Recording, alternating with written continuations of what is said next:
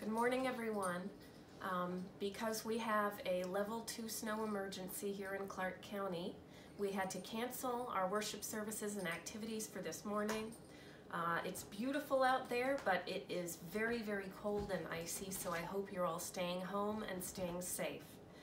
I wanted to share with you today's gospel reading and a little bit of my sermon that I had written for today for two reasons. First, because a few folks had encouraged me to, but also because I spent a lot of time this week wrestling with this passage, and so I wanted to share with you where I landed with it. So here is the gospel reading for today. It's John, the 2nd chapter, verses 1 through 11. On the 3rd day, there was a wedding in Cana of Galilee, and the mother of Jesus was there. Jesus and his disciples had also been invited to the wedding. When the wine gave out, the mother of Jesus said to him, "They have no wine." And Jesus said to her, "Woman, what concern is that to you and me? My hour has not yet come." His mother said to the servants, "Do whatever he tells you." Now standing there were 6 stone water jars for the Jewish rites of purification, each holding 20 or 30 gallons. Jesus said to them, "Fill the jars with water." And they filled them up to the brim. He said to them, "Now draw some out and take it to the chief steward." So they took it. When the steward tasted the water that had become wine and did not know where it came from, though the servants who had drawn the water knew, the steward called the bridegroom and said to him, "Everyone serves the good wine first, and then the inferior wine after the guests have become drunk. But you have kept the good wine until now." Jesus did this, the first of his signs, in Cana of Galilee, and revealed his glory, and his disciples believed in him. The Gospel of the Lord. So, turning water into wine seems like a weird miracle, doesn't it? It doesn't seem to fit with the typical Jesus miracle stories, if you can call any miracles typical. We know that Jesus spent a lot of time healing the sick and the infirm, raising the dead, both freshly dead and a few days dead,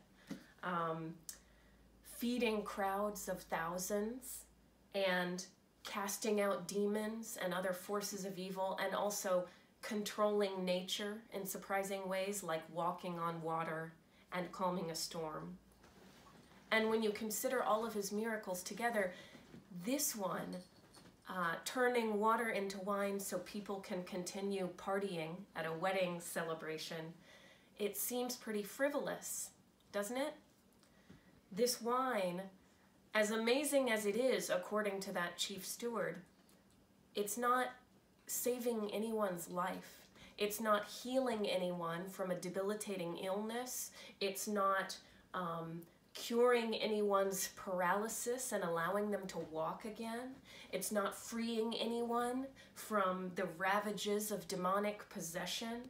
It's not saving anyone from a terrifying storm. It's just really good wine. So I wonder, and it's not unreasonable to wonder, why this story is in the gospel at all. We know that we have 4 gospels that are in our Bible, and they don't report everything Jesus ever did in his life. That would be impossible. The Bible would be much, much longer than it is. So we trust that Matthew, Mark, Luke, and John have been inspired by God to report the highlights, the essentials, the things that we need to know in order to come to know Jesus fully and follow his teachings. So the 4 evangelists, they are our primary storytellers, and we, along with millions of other people around the world, we trust that they have provided the things that are the foundations of our faith in the good news of Jesus. So back to the water and the wine. Only John includes this story. It doesn't appear in Matthew or Mark or Luke. So why is this miracle important enough for John to include it? And not just include it, but give it symbolic and theological significance. That last line, verse 11, Jesus did this, the first of his signs, in Cana of Galilee, and revealed his glory, and his disciples believed in him. According to John, this was Christ's first miracle, his first sign, the beginning of his public ministry. And it was also the moment when he revealed his glory. The King James Version says, he manifested forth his glory. And I love that. For John, this is the Epiphany moment. This is the moment, not the arrival of the Magi, not Christ's baptism in the River Jordan, but this, Jesus turning water into wine at a wedding. For John, this miracle is so much more than just preventing the ultimate party foul. This is the beginning of revelation. This is the moment when the disciples begin to understand. This is the first flash of divinity, the first display of magnificent holiness. This is the moment when the man called Jesus becomes known as the Lord called Christ. So I want us to take a moment and just imagine. And imagine you're not hearing the jingling noise of my dog shaking his stuffed squirrel. Imagine you're not hearing that. Imagine you're just hearing these words. But we're going to imagine. So imagine that you are there alongside your friend Jesus at this wedding celebration, and you're watching him as he listens to his mother's words. They have no wine. And at first he dismisses her concern. Why is this his problem? But then he gets quiet and he mulls it over for a few minutes. He rises from his seat, and maybe you tag along behind him just to see what he's going to do. He approaches the servants, the ones who are working behind the scenes during this whole celebration, and he points to these 6 enormous empty stone water jars that are normally used for cleansing rituals. Jesus tells the servants to fill the jars with water, fill them up to the brim, and they do it. So why, you might wonder, why put water in these cleansing jars? What difference will that make? But you keep quiet and you watch. After the jars are filled, Jesus tells the servants to take a cup full from one of the jars and give it to the chief steward, who is basically their boss, who's in charge of all the servants, and who's probably really freaking out about this wine problem right now. So the servants do it. Maybe they give each other meaningful looks with raised eyebrows, but they do as Jesus asks. They take a cup they think is full of water, over to the chief steward. As he takes his first sip, you're anticipating his reaction. Will he be angry? Will he yell at the servants? Why are you wasting my time with this water when we have a situation on our hands here? But nothing like that happens. Instead, you watch the steward's eyes widen, sparkling with delight. Maybe he takes a second sip just to be sure, or just because it's so darn good. You see him smile, and you hear his incredulous words to the bridegroom. Everyone serves the good wine first, and then the inferior wine after the guests have become drunk, but you have kept the good wine until now. And imagine that this is the moment when your life and your world and everything you ever knew and will know changes. Your friend, your teacher, the one you've chosen to follow. This man is God made flesh. Jesus is Emmanuel, and this is your epiphany. So now bring yourself back to today, to this place and time.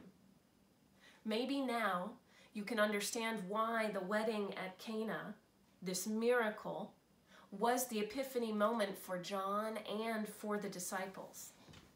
But what does this mean to us? What gift of good news can we receive from this story today? Remember, this is John's gospel, so we've got layers upon layers of symbolism here. But the most important one, the essential lesson of this epiphany story, is abundance.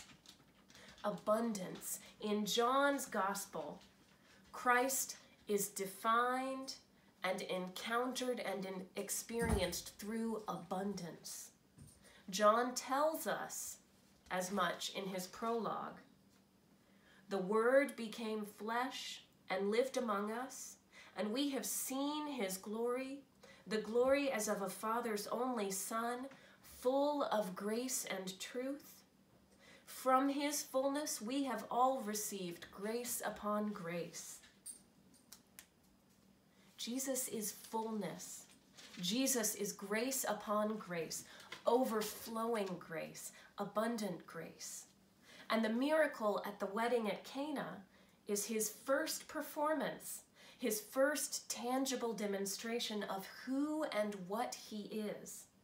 Abundant grace and mercy and love and holiness, breaking into and dismantling this world of fear and pain and scarcity bit by bit, or sip by sip.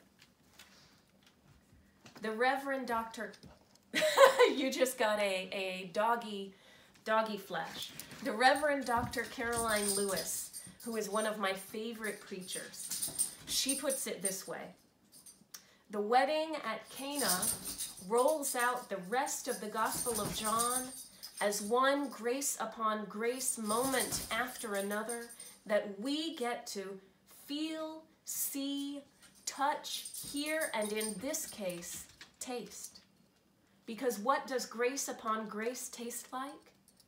The best wine, and gallons of it when you least expect it.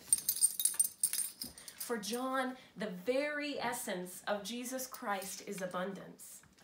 Jesus means abundant nourishment for those who hunger, abundant forgiveness for those who sin, abundant liberation for those who are shamed and excluded, abundant joy for those who weep, abundant healing for those in pain, and abundant life for those who die. This abundance is not restricted to the lucky few who knew Jesus during his earthly life. Remember, John says, he was in the beginning with God, and he will raise us up on the last day. Christ's abundance is real and eternal. Christ's love and his grace is forever. I'm not just talking about what happens after we die. I'm talking about how we live in the here and now. We can live as true followers of Christ. We can choose to follow his command to love God and our neighbors abundantly.